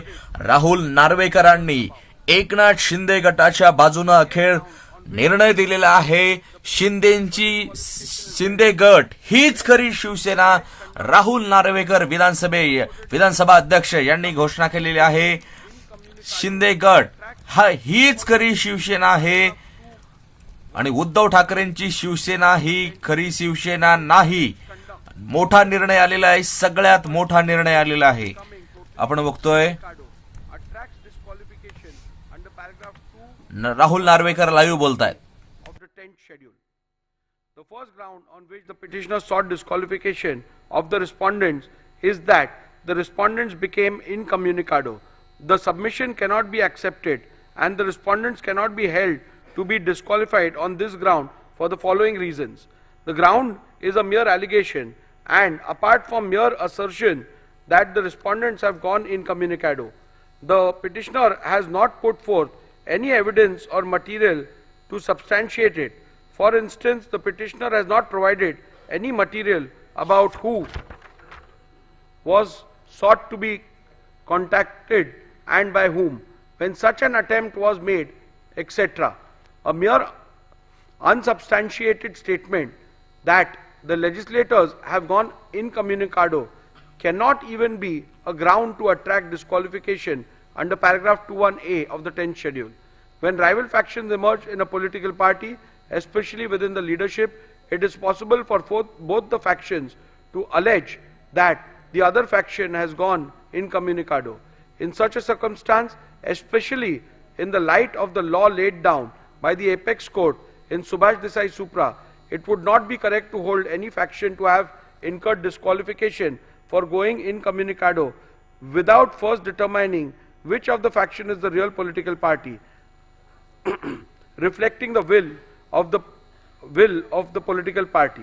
Also, having held that the Shinde faction was the real political party when the rival factions emerged, the submission of the petitioner that the respondents have gone incommunicado ceases to hold any meaning for the purpose of disqualification. On the 20th of June 2022, elections for the Legislative Council were held. In his cross-examination, Shri Sunil Prabhu, PW1, stated that all the MLAs were present for the same. In the face of this evidence, it would not be possible to accept that the legislators had gone incommunicado. Respondents have placed that they have been in touch with the UBT faction. They substantiated it by stating that Shri Milind Narvekar and Shri Ravindra Phatak, MLC, of the UBT faction, had gone to Surat and met Shri Eknath Shinde and other respondents on 21st June 2022 on the instructions of Shri Uddhav Thackeray. This fact was not denied by the petitioner, Shri Sunil Prabhu, when a suggestion was put to him in the cross-examination. In fact, the petitioner admitted that Shri Milind Narvekar and Shri Ravindra Phatak MLC of the UBT faction had gone to Surat and met Shri Eknath Shinde and other respondents. Also, प्रचंड मोठा निर्णय आलेला आहे आणि उद्धव ठाकरेंना प्रचंड मोठा धक्का बसलेला आहे. खरी शिवसेना एकनाथ शिंदेंचीच आहे आणि भरत गोगावले यांना प्रतोद म्हणून मान्यता दिलेली आहे. शिंदे गट हीच खरी शिवसेना आहे असा निकाल राहुल नार्वेकरांनी दिलेला आहे. ठाकरेंना प्रचंड मोठा धक्का बसलेला आहे. गोगावलेंची नियुक्ती बरोबर व्हीप त्यांचाच चालणार असं या ठिकाणी नार्वेकरांनी सांगितलेलं आहे. दोन गट आक्षेप घेऊ शकतात पण विधिमंडळ बहुमत हाच खरा पक्ष आहे. विधिमंडळात ज्याची संख्या जास्त तोच खरा पक्ष आहे. म्हणून एकनाथ शिंदेंचीच खरी शिवसेना आहे. राहुल नार्वेकरांनी निकाल दिलेला आहे. शिंदे गटाच्या बाजूने निकाल लागलेला आहे. purported to be held on 21st June 2022 attracts disqualification under paragraph 21A of the 10th schedule. The second ground on which the disqualification is sought is that the respondent deliberately remained absent in the SSLP meeting held on 21st June 2022. Petitioners relied on the attendance sheet register of the meeting dated 21st June 2022. त्यासोबतच शिंदेच्या आमदारांना अपात्र करता येणार नाही. दोन गट आक्षेप घेऊ शकतात पण विधिमंडळ हाच करा. विधिमंडळात ज्याची संख्या जास्त तोच खरी शिवसेना आहे आणि खरी शिवसेना एकनाथ शिंदेंचीच आहे. त्यासोबत शिंदेच्या आमदारांना अपात्र करता येणार नाही. नार्वेकरांचे या ठिकाणी निकाल दिलेला आहे. सर्वात मोठी बातमी आहे. On this ground alone, petitioner's case that the respondents were liable to be disqualified for non-attendance of the meeting dated 21st June 2022 is liable to be rejected. Irrespective of the conclusion that may be reached about which faction was the real political party, respondents could not be held to be disqualified on the ground that they deliberately remained absent in the SSLP meeting held on 21st June 2022. This is because of the following reasons. Petitioner relied upon the attendance sheet. आपण बघतोय प्रचंड मोठा धक्का उद्धव ठाकरेला बसलेला आहे. उद्धव ठाकरेंना बसलेला आहे आणि निकाल शिंदे गटाच्या बाजूने केलेला आहे. पूर्ण निकाल राजकीय पक्षाचा हा सत्ता संघर्षाचा फैसला होता आणि 16 आमदार अपात्र करण्याची याचिका राहुल नार्वेकरांनी फेटाळलेली आहे आणि निकाल शिंदे गटाच्या बाजूने लागलेला आहे. भरत गोगावले हेच खरे प्रतोद असतील, त्यांचाच व्हीप मान्य असेल. खरी शिवसेना एकनाथ शिंदेंचीच असेल. या ठिकाणी नार्वेकरांनी शिंदे गटाच्या बाजूने निर्णय दिलेला आहे आणि शिवसेना मूळ राजकीय पक्ष हा शिंदेंचा आहे असा सर्वात मोठा निर्णय राहुल नार्वेकरांनी दिलेला आहे. Verified as the true copy of the original produced along with the petition does not have it.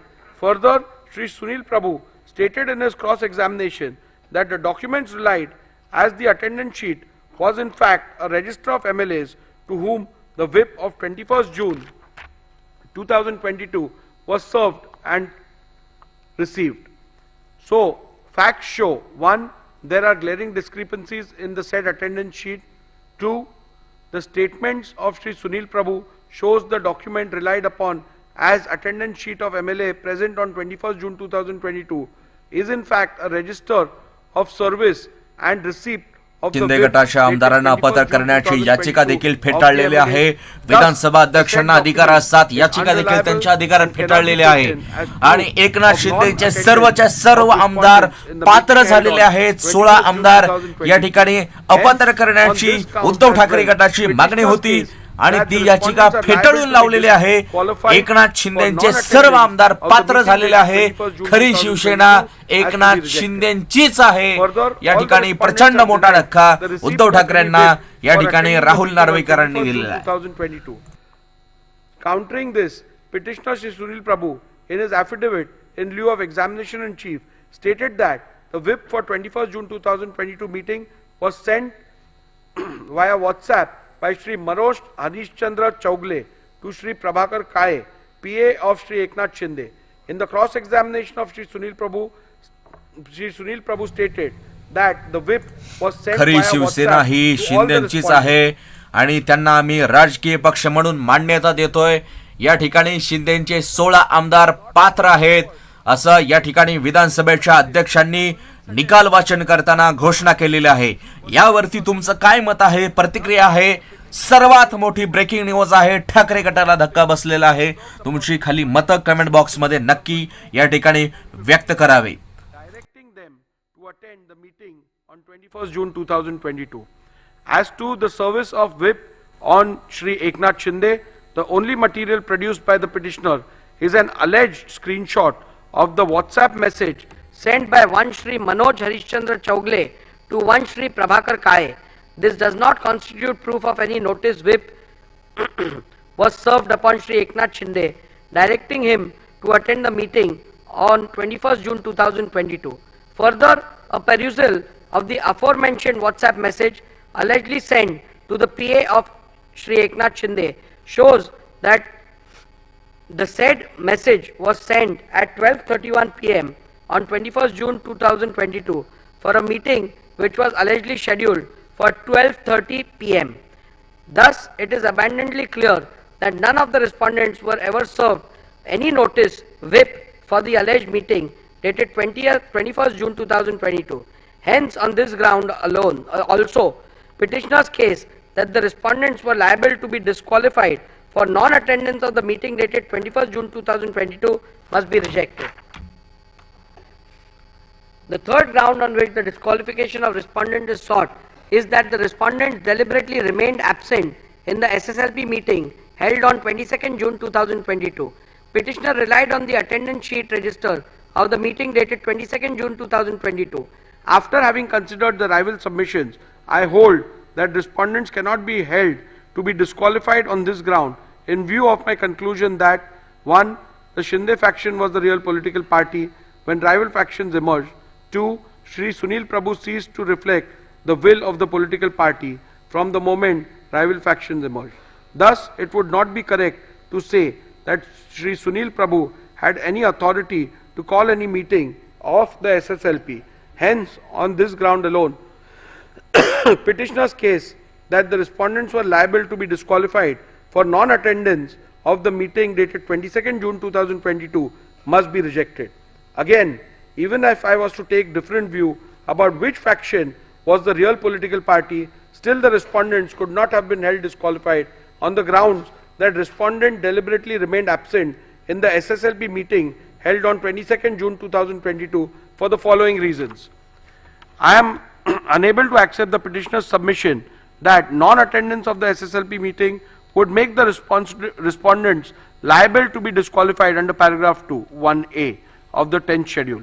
I am of the view that non-attendance of party meetings, including legislature party meetings, would not attract disqualification under paragraph 2, 1A of the 10th schedule of the Constitution. Such an action cannot indicate that the members have voluntarily given up his membership of the political party. Not attending party meeting and voicing a difference of opinion outside the house are matters between the members and his party and have nothing to do with clause 2(1)(a) of the 10th schedule. Non-attendance of the meeting can at the most be termed as an act of dissent within the party. If viewed as a form of expression, it would be protected by freedom of speech and expression, which includes dissent and is not only an integral part of fundamental rights under Article 14, 19 and 21 of the Constitution, but is an aspect of the basic structure of the Constitution also. Therefore, even if the alleged non-attendance is seen as an expression of dissatisfaction, it cannot be treated as conduct attracting disqualification within the purview of paragraph 21A of the 10th schedule. Further, I find the petitioner's reliance on Shriman Balasaheb Patil versus Karnataka Legislative Assembly 2020 2 SCC 595 is misplaced, as in that matter the disqualification was not only on the grounds of non-attendance of a party meeting but was found to attract disqualification when considered with the surrounding circumstances, such as non-attendance of the assembly session along with non-attendance of meetings. Petitioner relied upon the attendance sheet of the 22nd June 2022 to claim that all those MLAs who had signed the said attendance sheet were present in the meeting, while those who did not sign were not present. Based on this document, UBT faction claimed that respondents remained deliberately absent. A comparison of the original attendance sheet produced along with the affidavit in lieu of chief examination of the petitioner Shri Sunil Prabhu PW1 with the copy of the attendance sheet produced and verified as a true copy along with the petition reveals that the two do not match. There are glaring discrepancies. The copy claimed to be the original of the said attendance sheet has a handwritten portion on top in which it is not which is not present in the copy annexed to the petition, verified as the true copy of the original. The original of the said attendance sheet has 17 signatures, and in the copy annexed in the petition, verified as true copy of the original, has only 15 signatures. Thus, glaring discrepancies in the said attendance sheet makes the said document unreliable and hence cannot be taken as proof of deliberate non-attendance of respondents in the meeting held on 22nd June 2022.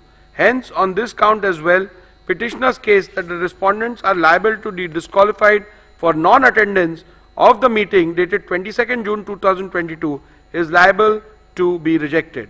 With in view of my conclusions reached above and the findings that the Shinde faction was the real political party when rival factions emerged, it would not be correct to say that respondents have incurred disqualification under paragraph 21A and the 10th schedule by passing the resolution dated 21st June 2022. Hence, on this ground alone, petitioner's case that the respondents are liable to be disqualified for passing the resolution dated 21st June 2022 must be rejected. The next ground on which disqualification of respondents is sought is that the respondents acted in concert with BJP. This ground is a mere allegation, and apart from the mere statement that the respondents have acted in concert with the BJP, the petitioner has not provided any material to substantiate the same. Thus, a bald, unsustained statement that the legislators have acted in concert with the BJP cannot be a ground to attract disqualification under paragraph 21A of the 10th schedule. The next ground on which the petitioner seeks the respondents' disqualification is that they made anti-party, anti-coalition statements. Again, this ground is a mere allegation, and apart from a mere statement that the respondents have made anti-party, anti-coalition statements, the petitioner has not provided any material to substantiate the same. Newspaper/media reports relied on the petitioner cannot be taken as conclusive evidence of anti-party activities. It can at the most only be only considered hearsay. Thus, a mere unsubstantiated statement cannot be ground to attract disqualification under paragraph 21A of the 10th schedule. In conclusion, I would like to make some observations about dissent, indiscipline, and what acts as indiscipline would attract disqualification under the 10th schedule. If some member or members in a given case go overboard and make some statements or do some acts which may be considered indiscipline, it would be for political party to deal with them appropriately. Looking at the degree and gravity of the indiscipline, the concerned member may be censured, admonished or reprimanded or given a mere extreme punishment such as suspension or expulsion from the party as may be warranted by party rules. The 10th schedule is not intended as a device to be used for imposing intra-party discipline, much less for administering the party. No party leadership can use the provisions of the 10th schedule as a deterrent to stifle the collective dissent of large number of members by threatening them with disqualification under the 10th schedule. In a given case, when a tussle for leadership arises between leaders in a political party, the elected members, as indeed the common party workers, usually cannot remain mute onlookers. They are compelled to choose sides. Wherever whatever else may be the consequences of this action or inaction, the parties cannot expect that the high office of the speaker can be used to eradicate opposition or quell dissent in party ranks by employing the mechanism of the 10th schedule. In any case, the speaker has no role to play in this game of political tussle between warring party leaders. The speaker merely goes to the letter of the law and the spirit behind introduction of penal consequences in the 10th schedule, which in my considered view is to preserve the democratic foundations of the legislature or the parliament. I must keep in mind this object underlying the 10th schedule and ensure that the dispute falls within the provisions of paragraph 21A and B, and that his powers are not sought to be invoked with ulterior motives for party gain. In view of my conclusions and findings recorded herein above, petition number 1 to 16 of 2022 are hereby dismissed.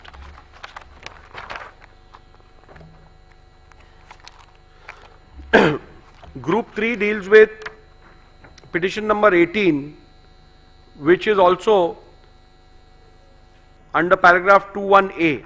So I am only reading the operative part because the preliminary issues, the ruling will be the same on that. So I'll go to the operative part of it. You can deal with the judgment order with regards to the other aspects. Yeah. In view of my conclusion and findings recorded herein above, petition number 18 of 2022 is hereby dismissed.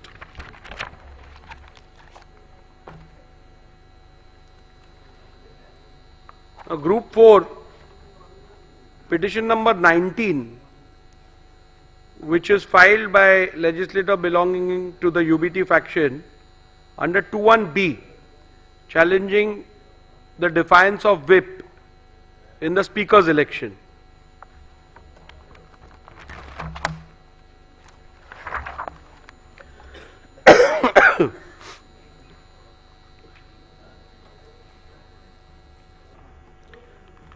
Petitioner has contended that the respondents are liable to be disqualified on various grounds. Both the petitioners and respondents' submission are recorded in section 2 herein above. However, the prayer for disqualification in the present petition is restricted to the alleged violation of whip dated 2nd July, allegedly issued by the petitioner in respect of the election of the speaker held on 3rd July 2022. Other amendments are all repetitions of submissions in petition number 1 to 16 and petition number 18 of 2022. Thus, my finding thereof may be read and referred to in respect of the amendments under paragraph 2, subclause 1, subclause A of the 10th schedule. Thus, the only ground on which the petitioner sought disqualification of respondent is that the respondent has violated the whip dated 2nd July, allegedly issued by the petitioner in respect of election of of the Speaker held on 3rd July 2022. The submission cannot be accepted. This submission cannot be accepted, and the respondents cannot be held to be disqualified in view of my conclusion in respect of the real political party that the Shinde faction was the real political party when the rival faction emerged, and Shri Sunil Prabhu ceased to reflect the will of the political party from the moment rival factions emerged. Thus, it would not be correct to say that Shri Sunil Prabhu has any authority to issue any whip on 2nd June 2022. Hence, on this ground alone, petitioner's case that the respondents are liable to be disqualified for violation of whip dated 2nd July 2022 must be rejected. Irrespective of any conclusion that may be reached about which faction was the real political party, respondents could not be held to be disqualified on the ground that they violated the whip dated 2nd July 2022.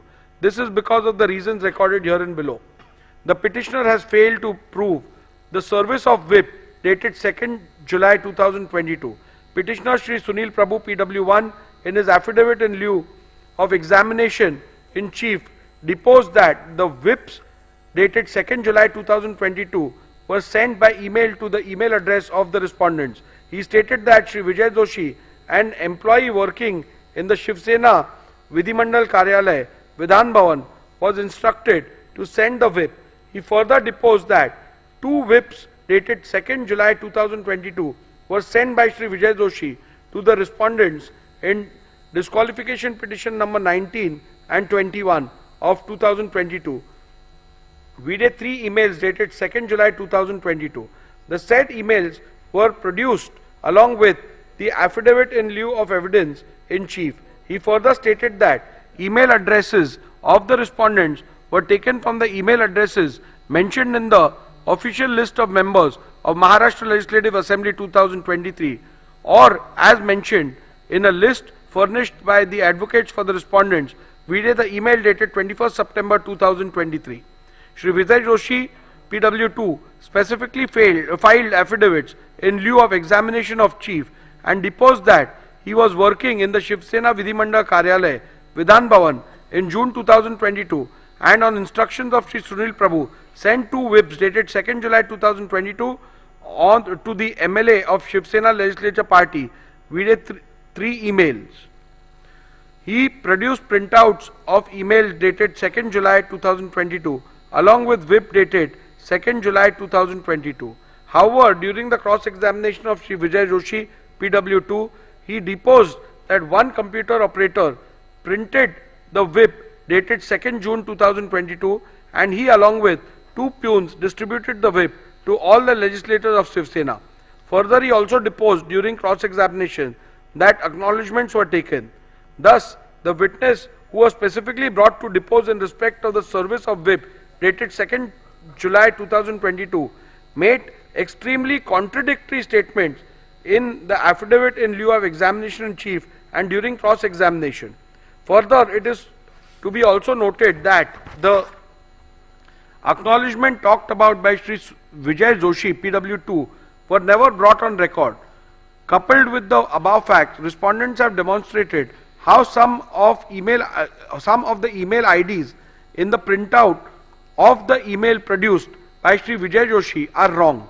In view of the above, I hold that petitioner has not been able to establish the service of whip dated 2nd July 2022 and thus petitioner's case that the respondents were liable to be disqualified for violation of whip dated 2nd July 2022 must be rejected. Rule 3 subclause 5 of the members of Maharashtra Legislative Assembly disqualification on the grounds of defection rule 1986 provides that where a member belonging to any political party votes or abstains from voting in the assembly contrary to the directions issued by such political party or by any person or authority authorized by it in this behalf without obtaining in either case the prior permission of such political party, person or authority, the leader of the legislative party concerned, or shall as soon as may be thereafter and in any case within 30 days from the date of such voting or abstention, inform the Speaker as in Form 2 whether such voting or abstention has or has not been condoned by such political party, persons or authority. From the record of the Legislature Secretariat, it is seen that the petitioner and or UBD faction has not complied with this rule. Thus, on this ground also, petitioner's case that the respondents were liable to be disqualified for violation of whip dated 2nd July 2022 must be rejected. The Honorable Supreme Court in Kyoto Holohan and others at paragraph 123 SCC has held that, keeping in view the consequences of the disqualification, i.e. termination of the membership of a house, it would be appropriate that the directions or whip which results in disqualification under paragraph 21b is so worded as to clearly indicate that voting or abstaining from voting contrary to the said direction would result in incurring the disqualification under paragraph 21b of the 10th schedule, so that the member concerned has foreknowledge of the consequences following from the conduct in voting or abstaining from voting contrary to such a direction. A perusal of the whip dated 2nd June 2022 shows that the whip dated 2nd June 2022 does not contain any words which would indicate that the said whip, if not allowed, would result in the disqualification. Thus, on this count as well, petitioner's case that the respondents were liable to be disqualified for violation of the whip dated 2nd June 2022 must be rejected. At this juncture, I intend to look into respondent submission that a whip cannot be issued in an election to the post of speakers has to be considered, even though the learned counsel for the petitioner submitted that in normal course of events no whip is issued for the election of the post of the speaker, but he submitted that the election held on 3rd July 2022 was not in normal course, but it was crucial event linked to the sustenance of the government. Petitioner further submitted that in any election where a candidate has been set up by the political party, then in that case the directions of the political party are binding on the legislator in important elections. At the outset itself, I must state that the record that the petitioner's submission that in a speaker's election candidates are set up by a political party is factually wrong. As a convention, the candidates are not usually seen as candidates set up by political party.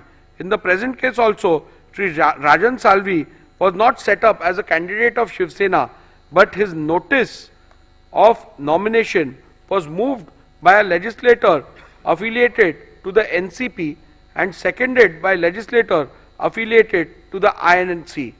This clearly indicates that candidates for the election of speaker are not set up by political parties. In view of the same, the petitioner's own submission, a whip could not have been issued in the election of a speaker as the candidate was not set up by any political party. In view of my conclusions and findings recorded herein above, petition number 19 of 2022 is hereby dismissed.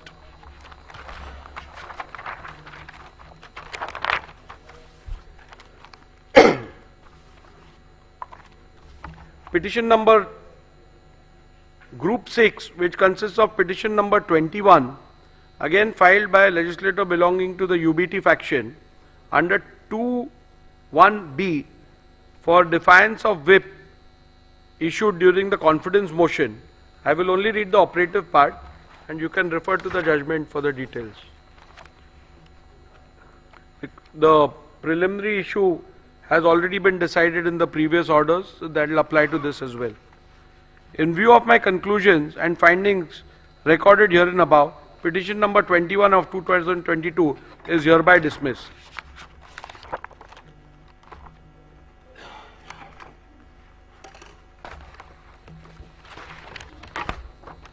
Now we shall deal with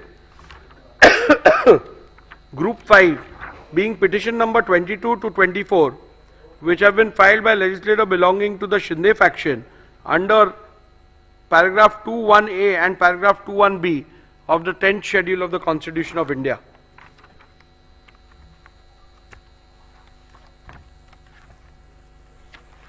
Again, here I am not dealing with the preliminary issue which has already been ruled in the previous order. So I will directly go.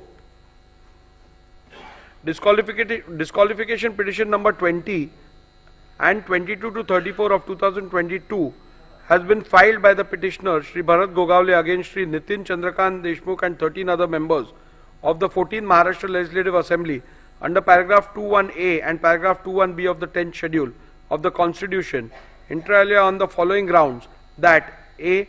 Respondents have by their conduct voluntarily given up their membership of the SSLP, and 2. Respondents have voted against the whip issued on 3rd July 2022, wherein all members of the SSLP were issued directions to vote in favor of the confidence motion held on 4th July 2022.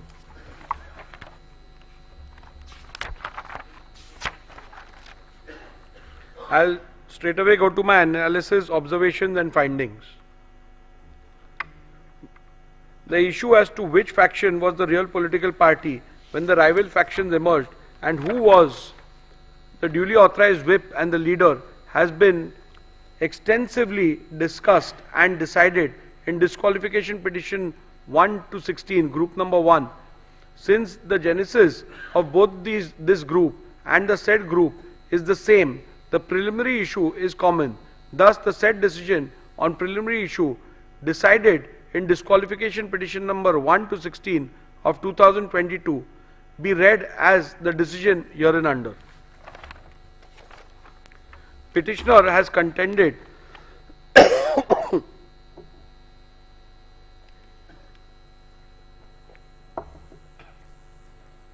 Petitioner has contended that the respondents are liable to be disqualified under paragraph 21A of the 10th schedule. This submission cannot be accepted and the respondents cannot be held to be disqualified on the grounds for the reasons that this ground is a mere allegation, and apart from mere assertion that the respondents have voluntarily given up the membership of SSLP, the petitioner has not put forth any evidence or material to substantiate it. A mere unsubstantiated statement that the legislators have voluntarily given up the membership cannot be a ground to attract disqualification under paragraph 21A of the 10th schedule. I have perused my record as well as a copy of the whip issued by the petitioner, which is signed by the petitioner as Chief Whip and Shri Eknath Shinde as the leader of the legislature party. Though the petitioner tried to show that the said whip was served and delivered on the respondents, the petitioner has failed to prove the service of the whip on each and every MLA of Shivsena. I have also examined in detail the cross-examination of the petitioner, Shri Bharat Gogavle, and have found major inconsistency in the answers regarding physical service of the whip, and therefore this evidence cannot be accepted. Insofar as delivery by WhatsApp is concerned, the same also was produced on the last day of the evidence despite ample opportunity for the same. Even the pleadings filed by the petitioner are silent on the issue of service. In these circumstances, it will not be justifiable for me to take on record a document purporting to be a screenshot of WhatsApp messages which were admittedly sent through a third person mobile number, i.e. one Mr. Santosh Kadam, who also did not step into the witness box. Thus, petitioner's plea to disqualify respondents cannot be accepted. The Honorable Supreme Court in Kyoto Holyan at paragraph 123 SCC has held that, keeping in view the consequences of the disqualification, termination of the membership of a house, it would be appropriate that the decision of whip which results in such disqualification under paragraph 21B is so worded as to clearly indicate that voting or abstaining from voting contrary to the said directions would result in incurring the disqualification under paragraph 21B of the 10th schedule, so that the member concerned has foreknowledge of the consequences following from his conduct in voting or abstaining from voting contrary to such a direction. A perusal of the whip dated 3rd July 2022 shows that it does not contain any words which would indicate that the said whip, if not allowed, would result in disqualification. Thus, on this count as well, the petitioner's case that the respondents are liable to be disqualified for violation of whip dated 3rd July 2022 must be rejected. Rule 3 subclause 5 of members of Maharashtra Legislative Assembly disqualification on grounds of defection rule 1986 provides that where a member belonging to any political party votes or abstains from voting in the assembly contrary to any directions issued by such political party or by any person or authority authorized by it in this behalf without obtaining in either case the prior permission of such political party, person or authority, the leader of the legislature party concerned, or shall as soon as may be thereafter and in any case within 30 days from the date of such voting or abstinence inform the speaker as in form 2 whether such voting or abstinence has or has not been condoned by such political party, person or authority. From the records of the legislature secretariat, it is seen that the petitioner has not complied with this rule. Thus, on this ground also petitioner's case that the respondents are liable to be disqualified for violation of whip dated 2nd July 2022 must be rejected. In view of my conclusion, the findings recorded here